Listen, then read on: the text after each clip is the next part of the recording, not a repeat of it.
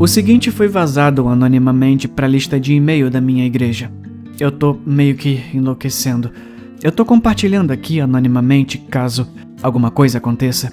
A partir de agora, provavelmente ainda irei comparecer aos cultos, mas com certeza não vou levar nada para queimar.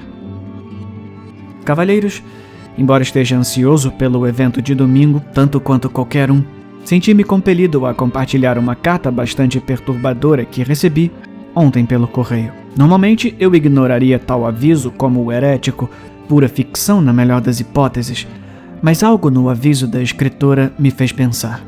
Para ser sincero, não dormi bem desde que o li e tenho sonhado com fogo.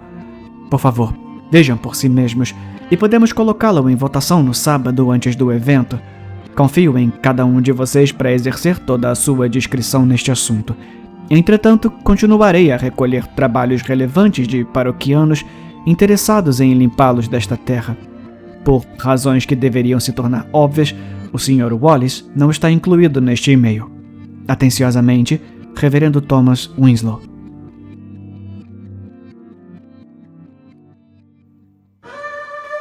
Prezado Reverendo Winslow, agora sou uma mulher velha, mas isso não significa que seja senil ou mentirosa. Ainda mantenho minha própria casa. Vou e volto ao supermercado e mantenho contato com alguns velhos conhecidos. Principalmente, porém, eu leio. Sempre adorei boas histórias à moda antiga. Quanto mais poupudas, melhor. Ainda me lembro de meu pai me bater com um cinto quando me pegou com 2 romances de Nancy Drew, quando eu tinha 9 anos. Ele não aprovava muito nenhum livro, a menos que fosse a Bíblia. Eu pensei que, talvez, pais como o meu fossem uma relíquia do passado. Mas então li no noticiário de hoje sobre uma biblioteca que teve seu financiamento retirado na mesma rua e outra sobre um livro prestes a ser queimado no estacionamento da sua igreja. Normalmente, eu não seria tola o suficiente para tentar dissuadir um pregador de queimar um livro.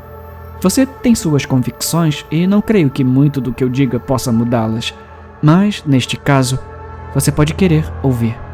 Quando eu tinha 10 anos, morava em uma pequena cidade chamada Sutherland, não muito longe daqui, embora você não a encontre mais em nenhum mapa.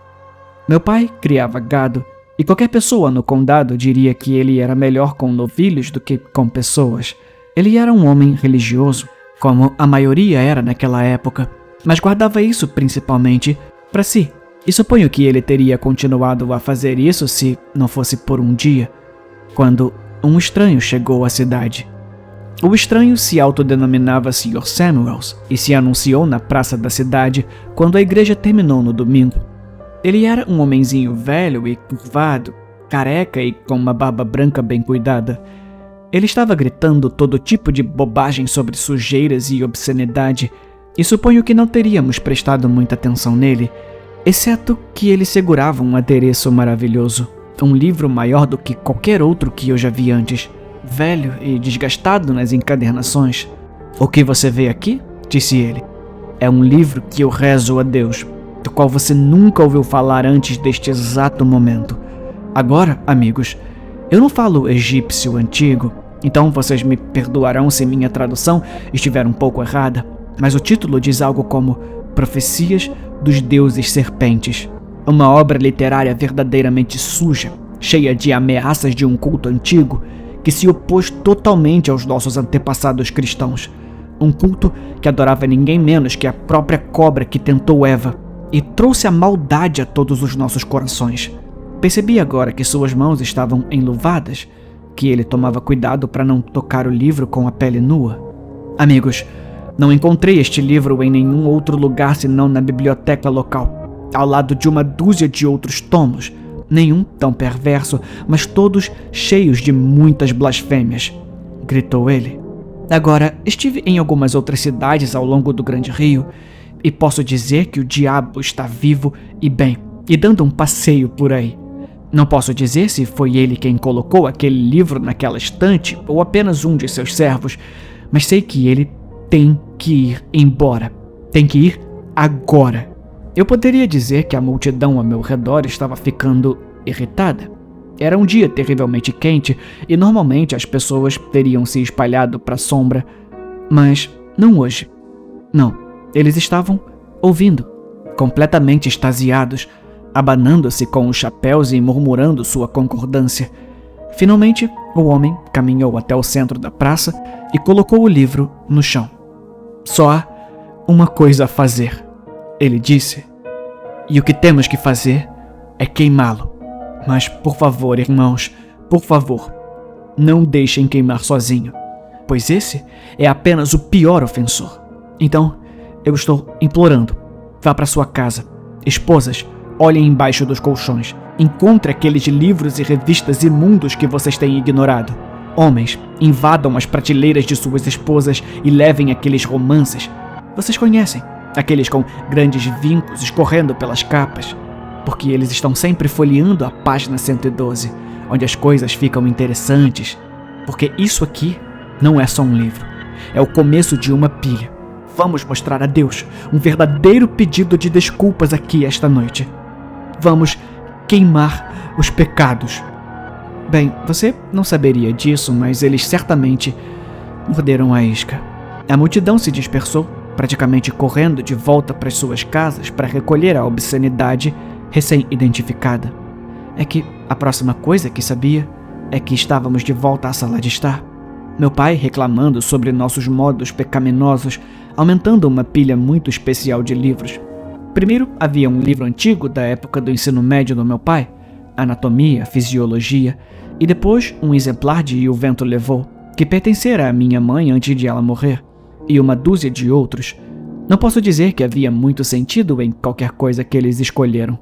Então, finalmente, ele se virou para mim e me disse para trazer qualquer sujeira que eu tivesse escondido no meu armário. Na verdade, ele já havia levado todos os meus livros de Nancy Drew, mas eu havia escondido um exemplar de O Sol é para Todos que ele não sabia.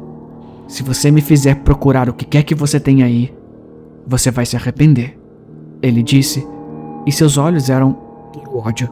Você vai buscá-lo sozinha, e então você vai trazê-lo para a praça comigo e vai jogar na pilha. E eu tinha tanto medo dele que fiz isso, sem que ele pedisse 2 vezes. Quando voltamos à praça, as nuvens de tempestade começaram a se formar e a cidade parecia escura com o anoitecer. Não choveu nem um pouco, mas soprava um vento quente e, de vez em quando, víamos relâmpagos iluminando o céu ao norte. No centro da cidade, havia uma pilha de livros que você não acreditaria. Mais tarde, descobri que alguns homens tinham trancado o Sr. Lewis, o bibliotecário da cidade, num armário de vassouras e esvaziado metade das prateleiras. Uma multidão enfurecida rodeava a pilha e atirava livro após livro. Verdade seja dita, as coisas tinham ido muito além do ponto da lógica. Eu vi um amigo da escola jogar um exemplar de histórias infantis. Algumas mães estavam até jogando livros de receitas antigos. Qualquer coisa para aumentar a pilha. Meu pai foi até a frente da multidão, enquanto o Sr. Samuels pulava para cima de uma caixa de leite e começava a falar. Meu Deus, vocês cumpriram. Ele gritou feliz. Deus seja louvado. Acendemos uma vela em teu nome e abençoamos esta chama sagrada. Meu pai jogou sua abraçada de livros e gesticulou para que eu fizesse o mesmo. Olhei para o meu exemplar de O Sol é para Todos. Eu o peguei na biblioteca da escola e adorei tanto que fingi que tinha perdido, guardando-o no armário o ano todo.